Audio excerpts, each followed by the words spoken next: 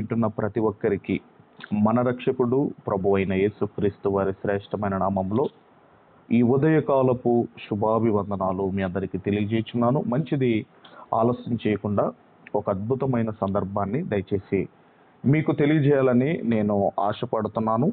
ఈరోజు మరి మనము నేర్చుకుంటున్న ఆ టాపిక్ ఏంటి అన్నప్పుడు, అత్తామామలకు మనోవేదన మిగిల్చిన కోడళ్ళు అన్న అంశాన్ని ఈరోజు మనము ఆలోచన చేయబోతున్నాము. అత్తామామలకు మనోవేదన మిగిల్చిన కోడళ్ళు ఎవరు అన్నది ఈరోజు మనము ఆలోచన చేయబోతున్నాము.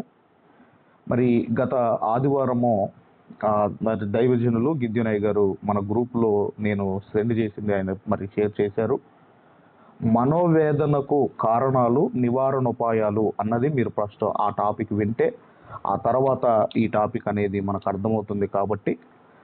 కాబట్టి మరి అత్తామామలకు మనోవేదన మిగిల్చిన కోడళ్ళు ఎవరు అన్నది చాలా జాగ్రత్తగా మనం అందరం కూడా ఆలోచన చేద్దాం. అంతకంటే ముందు ఒక చిన్న ఇంట్రొడక్షన్ చూసుకొని మనం ముందుకు వెళదాము.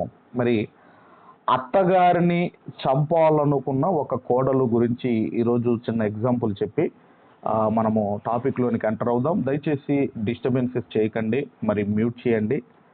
ఇంకా సౌండ్స్ వస్తున్నాయి, దయచేసి మ్యూట్ చేయవలసిందిగా ప్రభు నామమున మనవి చేస్తున్నాను. ఎందుకంటే ఉపమానాలు ఎక్కువగా వాడితే టాపిక్ అనేది చాలా ఈజీగా అర్థమవుతుంది కనుక ఉపమానం లేక వారికి ఏమీ బోధించలేదు అని మనము మత్తయి సువార్త 13:35 యేసుక్రీస్తు వారు ఉపమానాలతో బోధించాడు అని మనందరికీ తెలుసు. ఆయన ఒక చేపలు తీసుకున్నాడు, సముద్రాన్ని తీసుకున్నాడు, వలను తీసుకున్నాడు, వర్తకులను తీసుకున్నాడు. అలాగే ఆయన యేసుక్రీస్తు వారు గోధుమలను తీసుకున్నాడు, గురుగులను తీసుకున్నాడు. మన కంటికి కనిపించే వాటితో ఆయన ఉపమానాలతో ఆయన బోధించాడు. కాబట్టి మరి అత్తను చంపాలనుకున్న ఒక కోడలు గురించి ముందుగా ఒక చిన్న ఇంట్రొడక్షన్ మనం చూడగలిగితే, వివాహమైన తర్వాత ఒక 10 రోజులు కోడలు అత్తగారి ఇంట్లో ఇమడలేక ఇక అవి ఏమనుకుందంటే ఈ టార్చర్ ఏంటి, ఈ కష్టం ఏంటి, ఈ బాధ ఏంటి అని ఆమె ఆ బాధతో ఇంటికి వెళ్ళిపోయి తన తండ్రికి వెళ్ళి, డాడీ అత్తని ఎలాగైనా చంపాలి, నాకు మందు కావాలని అడిగింది తండ్రిని. అత్తని ఎలాగైనా చంపాలి, నాకు మందు కావాలి అని అడిగినప్పుడు ఆ డాడీ అది తప్పమ్మని చెప్పకుండా ఆయన ఏం చేశాడంటే, అమ్మా నేను నీకు మందు ఇస్తాను, విషం ఇస్తాను, రేపు చనిపోతుంది, అయితే నీ మీద అనుమానం వస్తుంది. నిన్న బాగానే ఉంది, ఈరోజు చనిపోయిందంటే పోలీసులు వచ్చి పోస్ట్ మార్టం చేస్తారు, విషయం తెలిస్తే నీవు నేరస్తురాలు అవుతావమ్మా. కాబట్టి ఇదిగో నేనొక మందు ఇస్తాను, అది 30 రోజులకు పనిచేస్తుంది, 30 రోజులకు అది పనిచేస్తుందని చెప్పాడండి.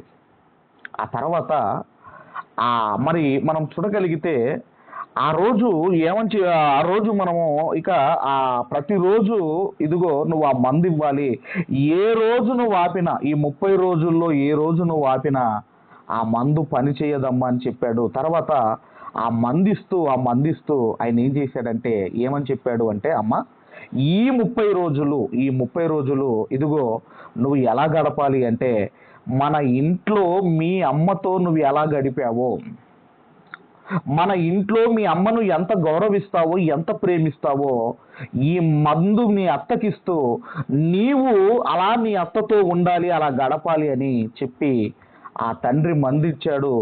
లేదంటే పోలీసులకు అనుమానం వస్తుంది, ఇదిగో నిన్ను తీసుకొని వెళ్ళి జైల్లో వేస్తారు, నీ లైఫ్ సర్వనాశనం అవుతుందమ్మా అని చెప్పాడు. ఆ తర్వాత అండి ఆమె తండ్రి దగ్గర నుండి ఆ మందు తీసుకొని ఇదిగోనండి ప్రతిరోజు అత్త తినే అన్నములో ప్రతిరోజు కలుపుతుందండి.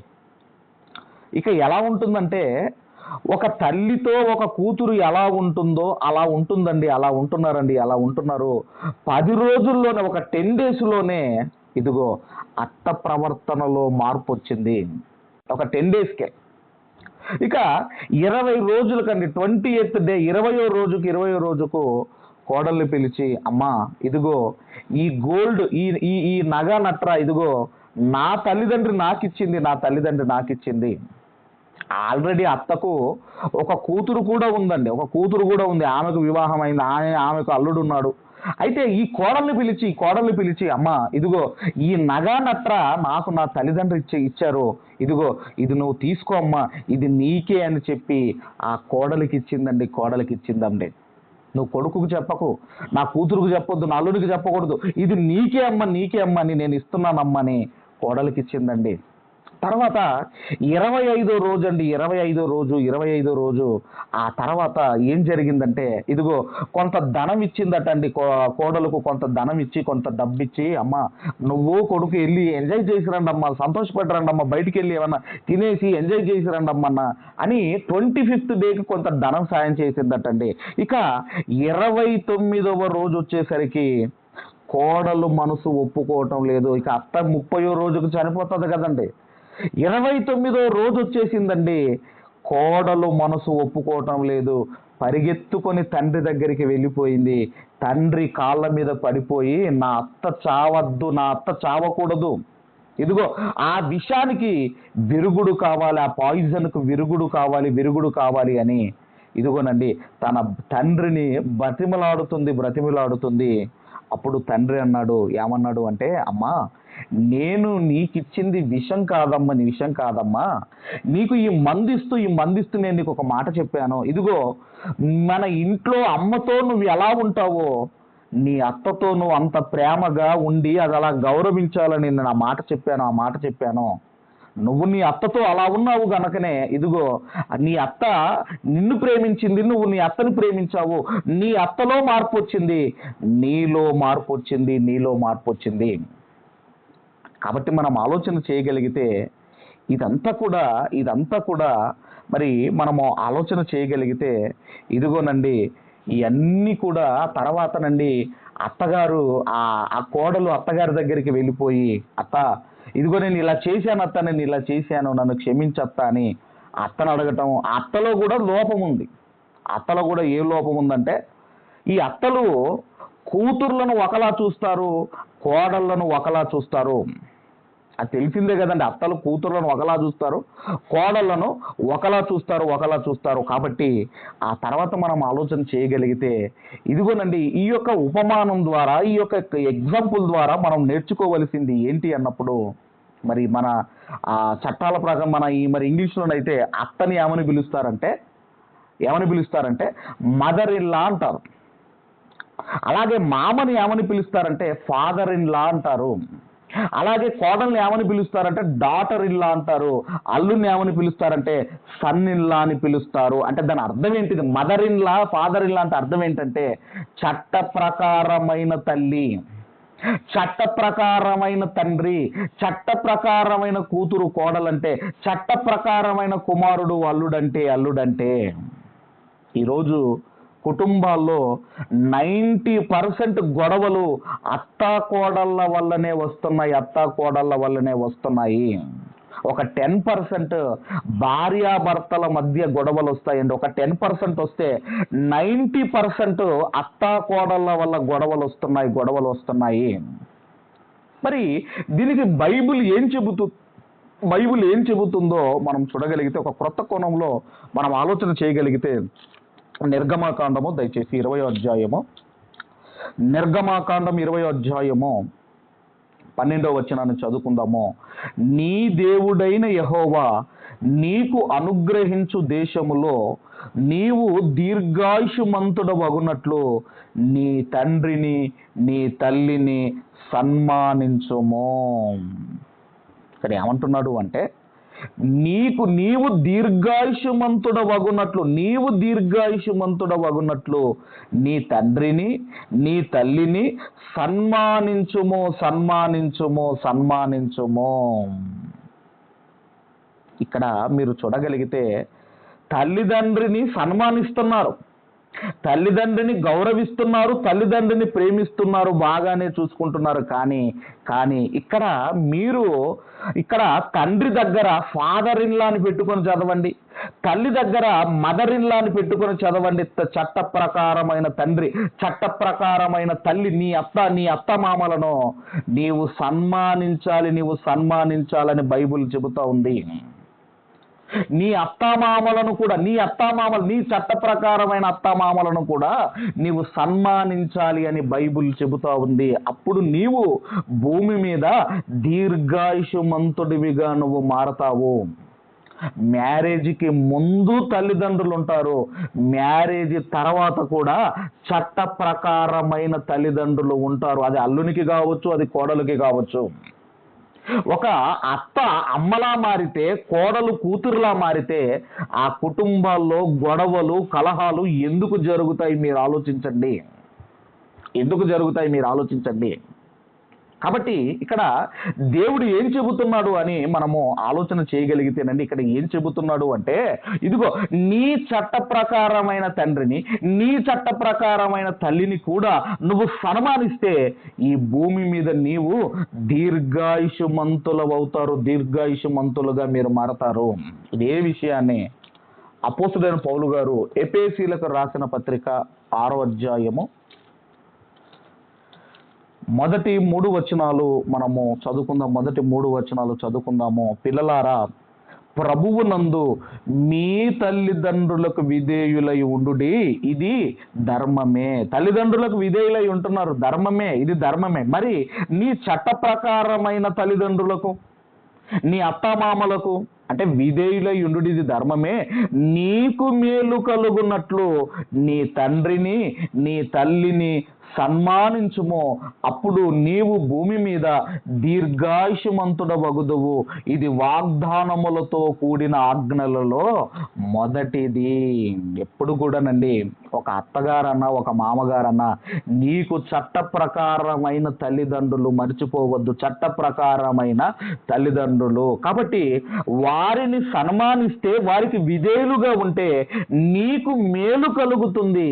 ఈ భూమి మీద నీవు దీర్ఘాయుషమంతుడివిగా నువ్వు మారతావు, దీర్ఘాయుషమంతుడివిగా నువ్వు మారతావు. తర్వాత ఏమంటున్నాడు 4వ వచనంలో, తండ్రులారా మీ పిల్లలకు కోపము రేపక ప్రభు యొక్క శిక్షలోను బోధలోను వారిని పెంచండి, వారిని పెంచండి. అల్లుడు అంటే ఏమంటారంటే సన్నిన్లా అంటే చట్ట ప్రకారమైన కుమారుడు, చట్ట ప్రకారమైన కుమారుడు.